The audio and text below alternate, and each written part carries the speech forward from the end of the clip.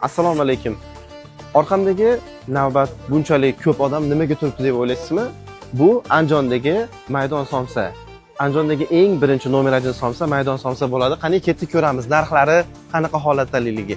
Andijon kelgan odam, Andijonda somsa yemoqchi bo'lgan odam bu somsadan yemasa, somsa yemabdi. Men o'zim maydonlik bo'lganim uchun bu yerdagi somsani maqtayman. Assalomu alaykum.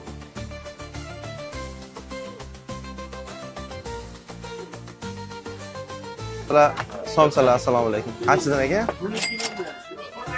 Arzon qildinglarmi Ramazon munosabati bilan? Ramazon bilan arzon qilibsizlar, xo'p. Oldin normal holatda somsalari 15 mingga 16 ming bo'lardi. Qo'yli somsasi 16 ming so'm, moldiki 15 ming so'm bo'lardi. Ramazon munosabati bilan arzonlashtirishibdi.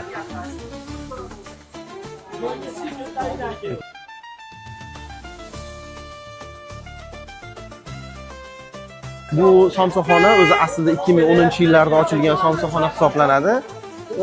Hozir Ramazon bo'lganligini hisobiga juda ham ko'pgina hozir bu yerda atrofda biz kecha ham keldik o'zi aslida juda ham klientlar nihoyatda ko'p maydonda. Assalomu alaykum. Aka, sizlar charchamasizlar.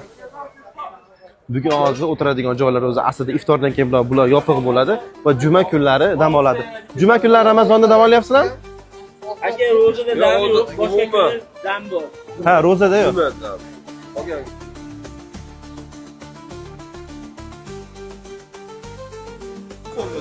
Ro'zani hisobiga bu mana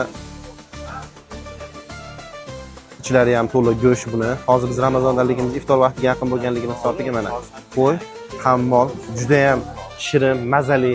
Haqiqatan bu necha yillardan beri bu yerda odamlar juda ham ko'p. O'zi hatto o'chirtib turardi, yarim soatda o'chirib kelardi bu yerga. Maydon somsaga taklif qilib qolaman.